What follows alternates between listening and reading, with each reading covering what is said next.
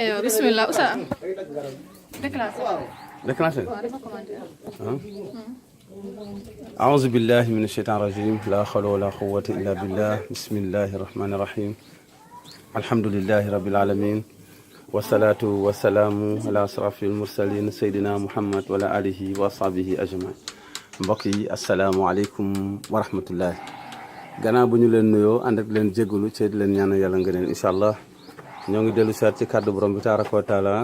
di leen présenté liggéey bi nga xam ne ñoo ngi koy defee Gossas ci kàddu borom bi tabaraka wa taala kii ay tuuru la yoo xam ni ñoo ngi koy dindee ci benn kër tey ci altine ji loolu la incha allah ci kàddu borom bi tabaraka tombeek yaakaar naa tey jii tey le 20 waaw tey le 20 la tombeel incha allah ci ngoon altine ci ngoon ñoo ngi koy dindi nii Aboubacar a ngi ni Mouhamad Nabi Seydina Omar ak seen yaay comme ni ñu ko doon defee rek incha allah gis ngeen ko liggéey bi moom amul taxawaalu incha allah ñoo ngi ci jamono bu ne loolu la ci kàddu borom bi tabaraka wa taala